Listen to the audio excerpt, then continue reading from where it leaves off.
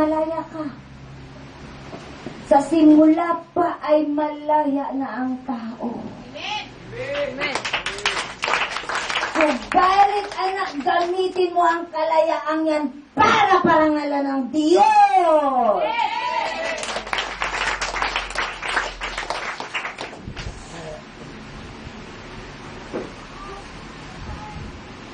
Ano ang sagot mo? Ano ang sasagot mo? Amen.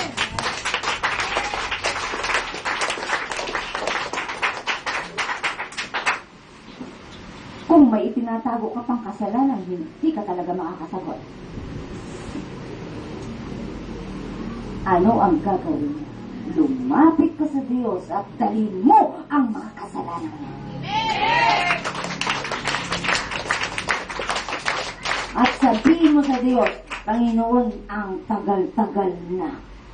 Dala-dala ko to. Hirap na ako. Pero sinabi mo, lalapit ako.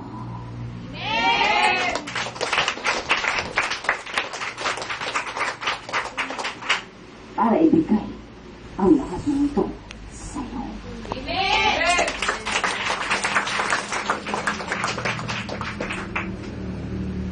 Iyong mo sabihin, kilala mo ang Diyos, yung sigarilyo mo, hindi mo may suko sa Diyos.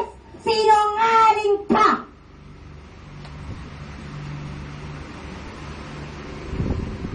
Sinungaling ka. Sapagkat ang isang tao nakipag-isa sa Diyos ay isa ng bagong nilalang. Wala ng dating pagkatao, siya ay bago na.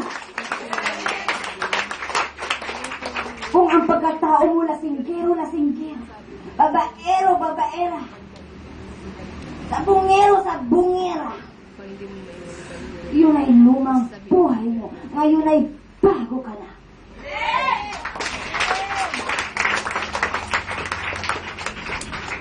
Huwag mo lang isipin kung tawagin ka man ng mga kaibigan mo, oy, halika, tuma tayo. Sabihin mo, sa inyo na lang. Iba na ang iniinom ko.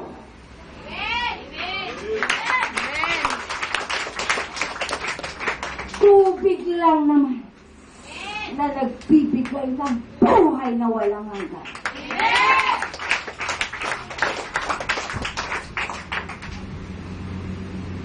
At ang isang taong nakipag-isa na sa Diyos ay wala ng takot.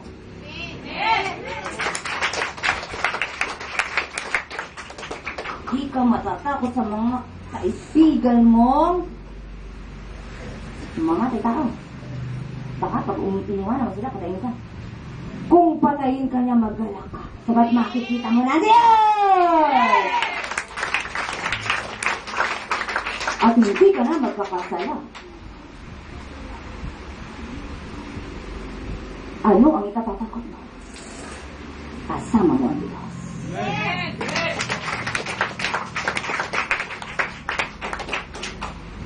Di ba si Jocelyn, yung lasinggera, di ba yan yung babaeng lagi sa lansangan, alas 12 na ng ating gabi, kung sino-sino kasama?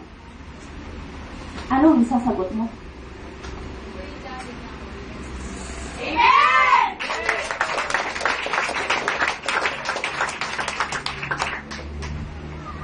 Hindi mo kailangang sumagot. Wala kang isasagot. Di mo sila kapanamin. Amen. Lalakad ka, diretso ang tingin mo. Handa mong harapin ang bagong hamon sa buhay mo. Amen.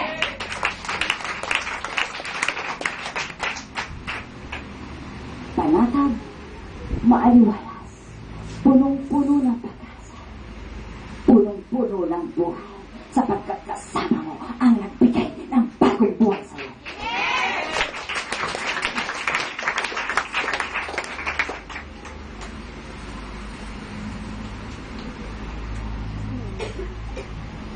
At lalakad ka sa liwanag.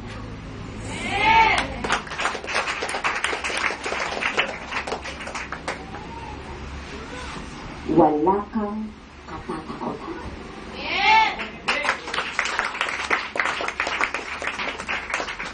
At ang pangako ng Diyos sa iyo ay matatanggap mo na ang sabi, anak, sasamahan kita kahit saan ka pumunta.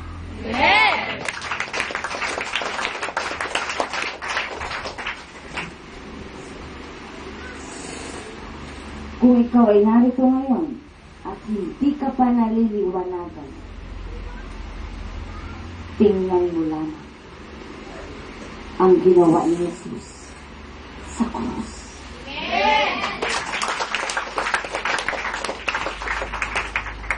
At masasagot mo, siya na ang nagpasa ng krus na dapat ikaw ang nagpasa.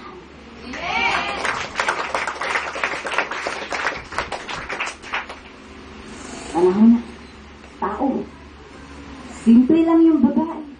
Kapag nawalang tinig, di mo akalain ginagamit siya ng Diyos. Pero, kailangan niyang maging ganyan. Kapagkat yan ang pinagagawa sa kanya ng Espiritu ng Diyos.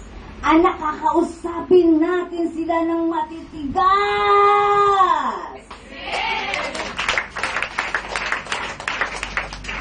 Kapagkat kagaya mo, kailangan din silang linisin. Kagaya mo na nagpalinis sa akin.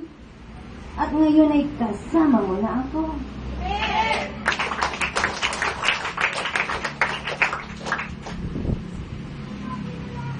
Wala ka ng pangamba, anak. Kunin man nila ang buhay mo. Maaaring ipahintulot ko. Pero ito ang pangako ko sa iyo, anak. Akin ka.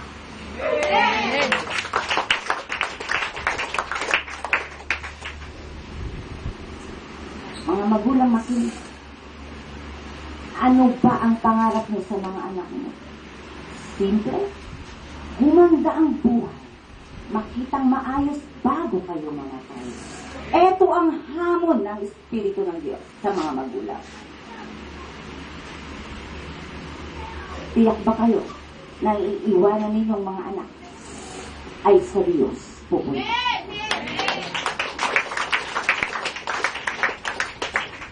Kung kayo'y alanganin pa, ngayon ang panahon para samahan sila dito!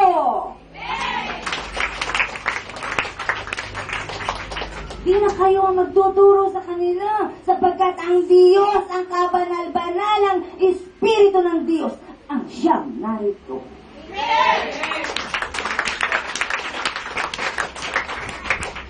Sapagkat yan ang pangako sa inyo.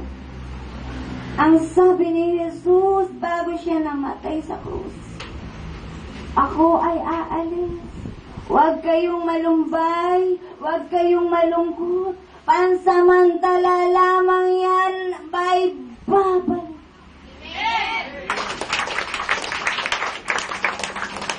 At ang Espiritu ng Diyos ang siyang magtuturo sa inyo.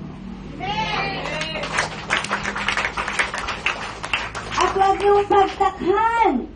Ang Espiritu ba ng Diyos magsasalita nang wala siyang gagamitin?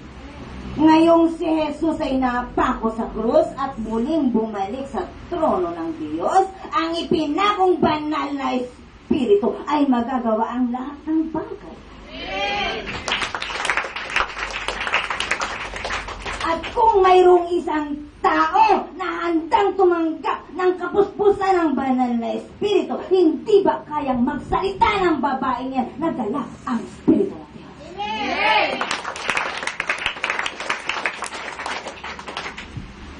Kung ikaw ay nag-MA, master, degree, right? Naabot mo ang katuktukan ng tagumpay. Master.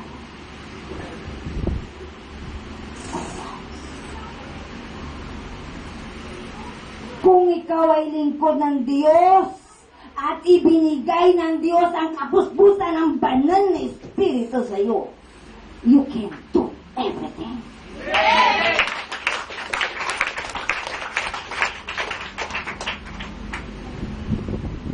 Pero hindi kami. Ang Espiritu ng Diyos ang gagawa.